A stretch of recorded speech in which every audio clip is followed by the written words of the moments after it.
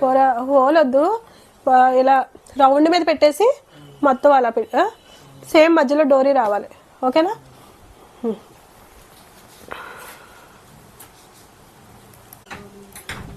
Hi అండి, చూసారు కదా ఇవన్నీ ఏంటి అనేసి అనుకుంటున్నారా? ఇవన్నీ కూడా ఇప్పుడు కస్టమర్కి డెలివరీ ఇవ్వాల్సినవి అండి. అంటే కస్టమర్స్ అందరికీ ఇవ్వాల్సినవి అనమాట. మండే నుంచి సాటర్డే వరకు స్టిచ్ చేసినవి.